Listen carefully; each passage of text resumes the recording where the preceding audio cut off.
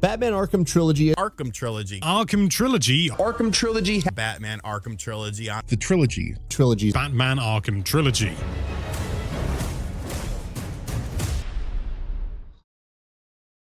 Arkham Trilogy. Aren't they forgetting something?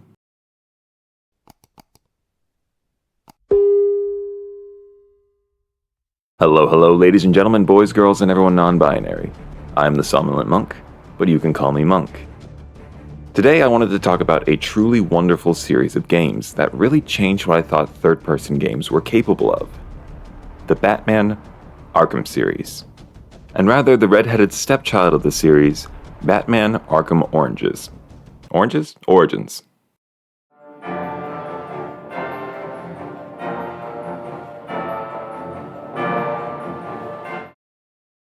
The Arkham series of games started in 2009 with the release of Batman Arkham Asylum. Asylum was received by many as the best superhero game of all time. Which, to be fair, at the time, wasn't exactly the highest bar to beat. But Asylum did something special, blending incredible fighting mechanics with enjoyable stealth sections and, no joke, one of the scariest moments I've ever played. And simply explaining it won't do it justice. So, if you'll allow me. Picture this, if you will. A young monk playing on his Xbox 360. When suddenly, his Xbox has contracted a deadly disease known as the Red Ring of Death. Young monk is terrified, thinking that playing games all day for the past week has somehow broken his console. Eventually, he saves up his pennies again, and gets the new Red Ring of Death Proof Xbox 360 Slim. And he once again enjoys playing his games. Eventually finding Batman Arkham Asylum. He's having a great time. However, around halfway through his playthrough of Asylum, he encounters this creepy hallway. Which, for a game as haunting as Asylum, wasn't too out of place. He proceeds forward until the game freezes. Those thoughts of his previous console's death still fresh in the back of his mind. He begins to panic. Until it starts moving again. The game freezing was part of the game. Part of the supervillain Scarecrow's tactics to instill fear. Fear not on Batman, but on the player themselves. So without going on too long, Arkham Asylum was, and still is, a fantastic game. And for the developers at Rocksteady, it was a game that you only get once in a lifetime. At least until they did it again when they released Batman Arkham City in 2011. Trading in the eerie and linear hallways for a more open gameplay style, in both a new open world, and by filling said open world with characters from Batman's Rogues Gallery. Serving as side missions and collectibles, the various supervillains are scattered across the titular Arkham City. This is Arkham City. Conceived by the villain Hugo Strange, Arkham City is a walled-in section of Gotham City. Kinda like Attack on Titan, but this keeps the monsters in instead of keeping them out. Whoa, dude! Spoilers! I just found out what was in the basement. However, Arkham City is used as a makeshift prison for some of the worst of the worst. And also Bruce Wayne, apparently. But all in all, the massive scale of Arkham City and all the side quests make for a super fun time. But after City, Rocksteady took a break from the series, allowing the third game to be made by Warner Bros. Games Montreal, as they went for more of a prequel than a successor to the first two. And that's the one we're going to focus on for this video. Batman Arkham Origins.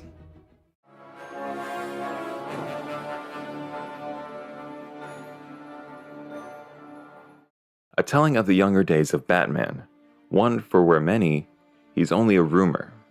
Arkham Origins starts off in Blackgate Prison. The villains Black Mask and Killer Croc have begun an escape, demolishing their way through the prison until reaching the roof. Black Mask slips away as Croc catches onto us, resulting in a boss fight against Croc on the roof. After defeating him and taking the memory card we got off a drone in the prison, we find out that Black Mask has taken a hit out on the Batman. One in the neighborhood of $50 million. And now there's 8 assassins hunting us down. This contract Black Mask put on us has one very important stipulation. It must be done tonight. So with the fear of the assassins putting innocent lives in danger, Batman must go out and take down the assassins and eventually Black Mask, all before Christmas morning.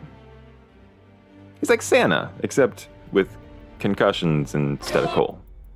Gameplay for Oranges is fairly similar to the rest of the series, with the wonderfully satisfying grapple and glide system, allowing you to effortlessly fly through the skies like a beautiful air dolphin over Gotham City, with the same grimy Gotham that we know and love, while either following the main story or taking down some of the crimes in progress.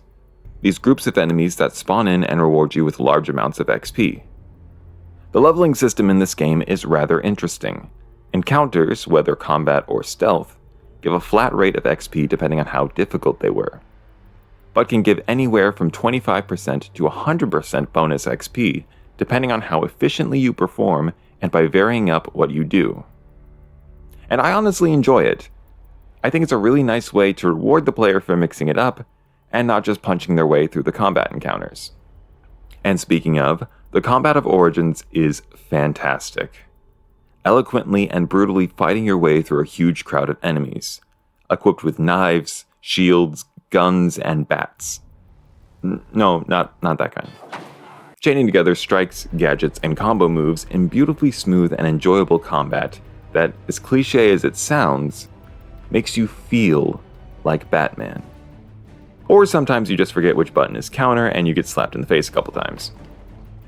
With all that said, Arkham Origins builds on the already well-established combat system from Asylum and City by throwing in a few new enemies and gadgets. Listen, Oranges really didn't change too much, but if it ain't broke, don't fix it. For the stealth, or predator sections as they're called, it typically involves a large open area with plenty of vantage points, allowing you to survey and plan how to take down the multiple armed enemies. I mean, you could try to take them on like in the combat encounters, but I wouldn't recommend it. Instead, going for the tactical and sometimes flashy takedowns works incredibly well. As you slowly whittle their numbers down as they become more and more terrified of the unstoppable predator lurking in the shadows, picking them off like grapes from a vine as you... Too far? Gotcha. Once again, they follow suit with the previous games, adding new takedowns with the remote claw gadget. However, since this is still a prequel, a few of the gadgets you may be used to are missing, like the remote electrical charge, line launcher, and freeze grenade. Though that last one kinda gets replaced later in the game by the glue grenade. The side missions in Origins more so follow the ones in Arkham City. Various unique missions to take down one of the villains that unlock throughout the game. Some of the early ones serve more as tutorials for traversal and combat. However, I noticed that a lot of the side missions, especially for the main assassins, are a lot shorter than the others. Take Deadshot, for example. Despite being one of the 8 assassins after Batman, his mission consists of one investigation and then a Predator encounter. And not to spoil anything, but some of the assassins are even easier. Within the first 2 hours of playing, you can take out 3 of the 8 assassins, which really doesn't make them feel like too much of a threat. Heck, even Black Mask, still avoiding spoilers here, isn't even in the game that much. He's here a bit at the beginning to introduce the plot, and then as a side mission later on. Also, there's a few investigation missions, utilizing the detective mode to analyze and solve crimes. And a brand new feature to Oranges, the ability to move along the timeline, to get a better idea of how the crime happened. A very cool feature that I'm glad they kept in the series after Arkham Origins. The only thing I'm not the biggest fan of is how hand-holdy they are. You'll barely scan one thing, and before you have time to think, Batman will be like, "I should look at what the victim was wearing." Or, I should check their tax records. And then the camera would snap over to a nearby computer that you'll somehow miss and start checking behind it for 6 minutes, all while Batman is still going on about his taxes. That was an example, of course, but you get the idea. Listen, the investigation missions are super fun, and a mainstay for the series itself. It's just, let me get stuck, at least for a moment before telling me the solution.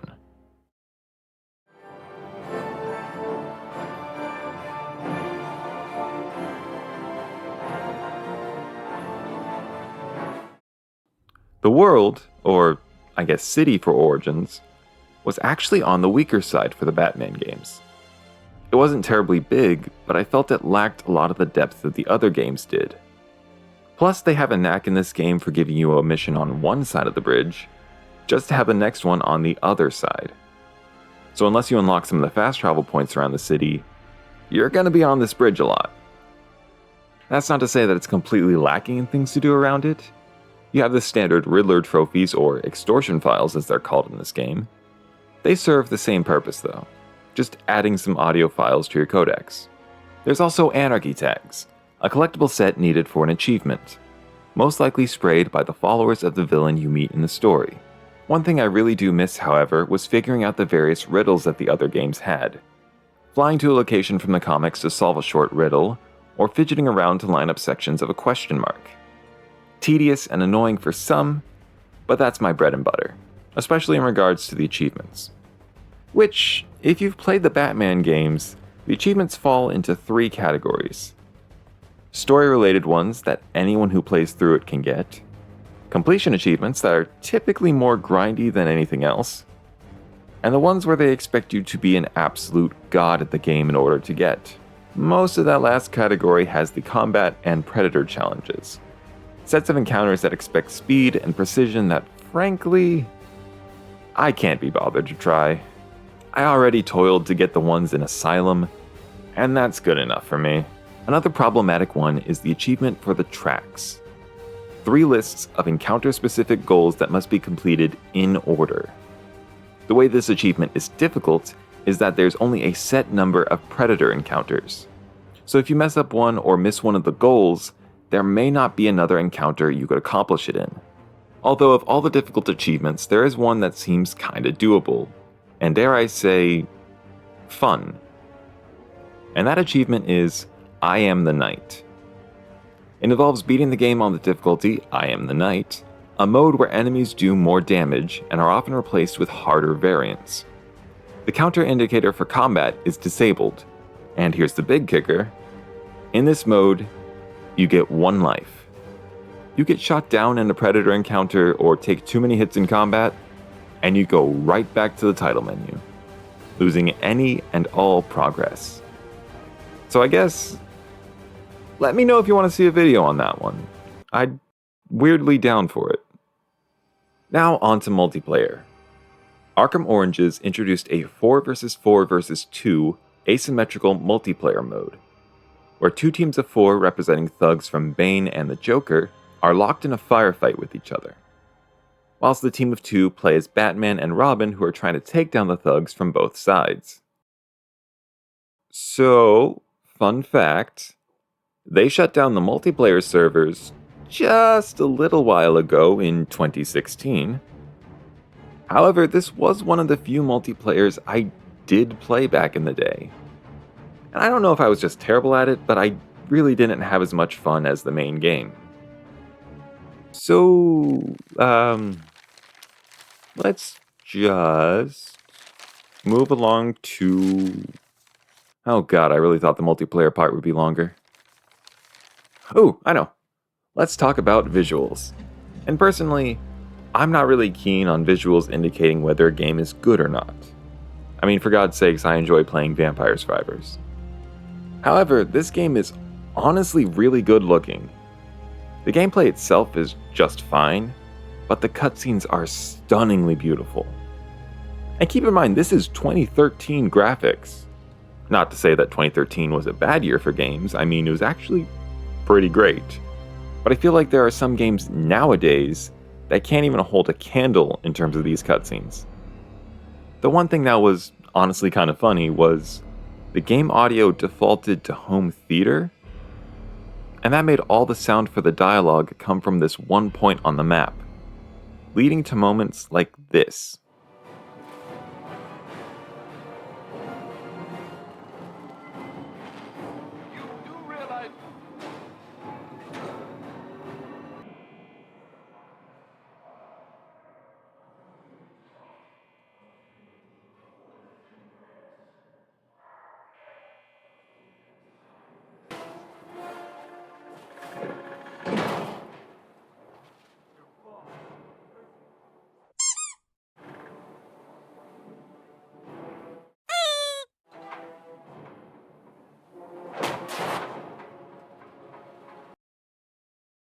After all said and done, Arkham Origins was an enjoyable replay.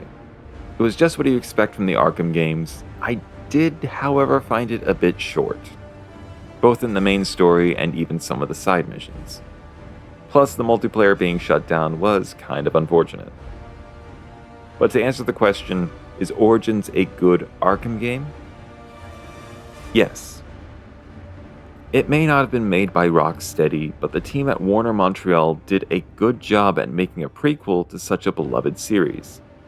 Was it a perfect game? No. But it gave me the feel of the Arkham games that I'd missed.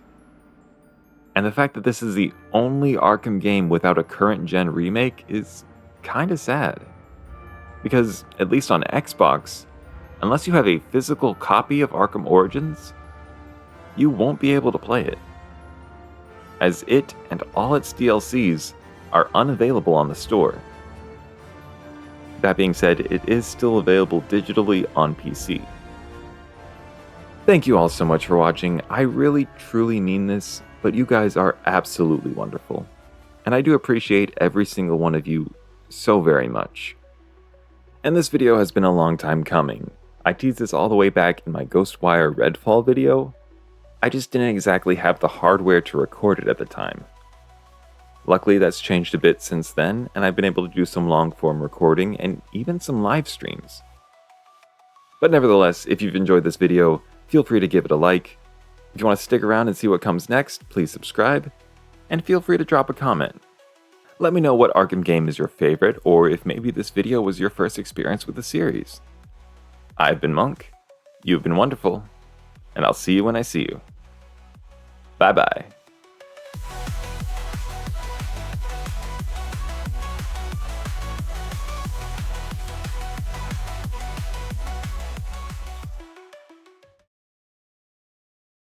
Oh yeah, and Arkham Knight was really good too.